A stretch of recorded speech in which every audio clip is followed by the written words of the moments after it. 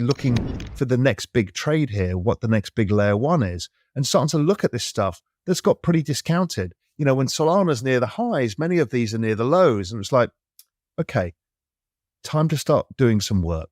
Solana has made waves in the cryptocurrency market and emerged as the best performing digital asset in 2023. Traders and investors are now looking towards the next big player after Solana, speculating on revolutionary technologies and promising projects.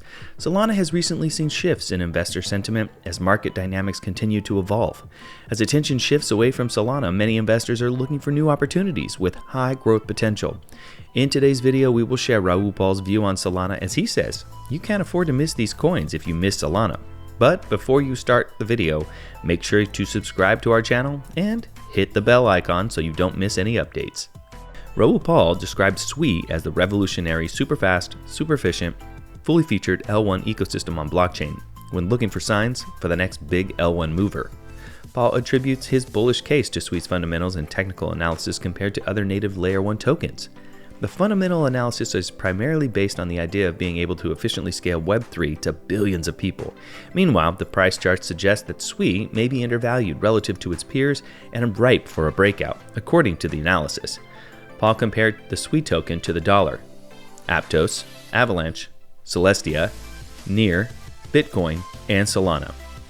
If you're looking for the next big transaction here, what the next big layer will be, when Solana is near highs, a lot of them are near lows. And it's time to get to work. Because of this misalignment between tokens, you have a lot of VCs coming into the market, or they have an excess of unlocked tokens. They tend to be really cheap. At this point in the cycle, you have an extremely tense relationship. There's a group of 4 chosen ones, the 4 horsemen, the ones that are chosen for the next cycle. In the last cycle, it was Avalanche, Polygon, Luna, and Solana.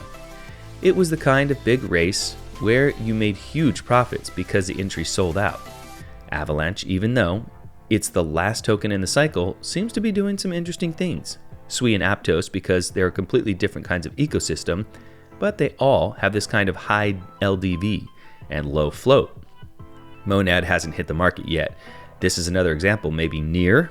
There's something really strong in what you're saying. Some of these alternatives have prices near their cycle lows, but their user growth or other quality metrics are expanding.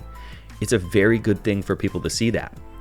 The problem is whether these gains translate into user growth and other things, so it requires a little bit of work. But there is something really important about the idea that becomes very interesting because it is very cheap compared to venture capital and other markets.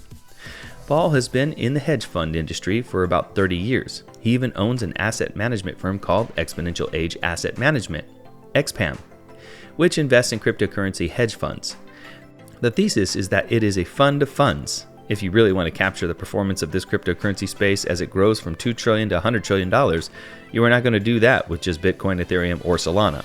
That's all for today. Tell us what you think in the comment section below, and don't forget to like this video before you go. Thanks for watching.